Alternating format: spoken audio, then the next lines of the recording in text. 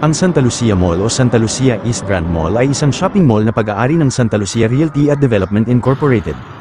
Ito ay matatagpuan sa intersection ng Marikina Infanta Highway at Felix Avenue na matatagpuan sa Barangay San Isidro, Cainta, Rizal. Ito ay matagal ng pinagtatalunan dahil sa boundary ng Pasig, Cainta at Marikina. Noong 1991, ilang mall pa lang ang nakatayo sa Metro Manila at nakitaan ng potensyal ng Santa Lucia East Realty and Development Incorporated SLRDI ang silangang bahagi ng Metropolis na mainam tayuan ng mall at itinayo ang Phase 1 ng Santa Lucia East Grand Mall.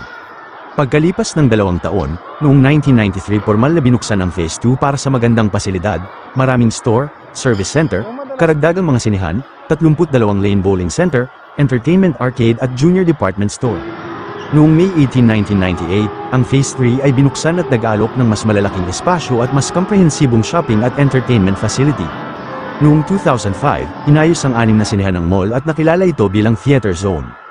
Ang mall ay idineklara na isang Wi-Fi zone noong 2007 na nag-aalok ng libreng internet access sa lahat ng mamimili. Noong 2014, natapos ng Santa Lucia East Realty and Development Incorporated ang pagtatayo ng 3-level na mall na tinatawag na El Centro na matatagpuan sa tabi ng mall at konektado ng isang tulay na nag-aalok ng higit pa mga tindahan at serbisyo. Ito ang magsisilbing podium ng planong 5-tower development na tinatawag na Santa Lucia Residences. Maraming salamat at sana may natutunan kayo kay Boy Inventor and don't forget to like, share and follow.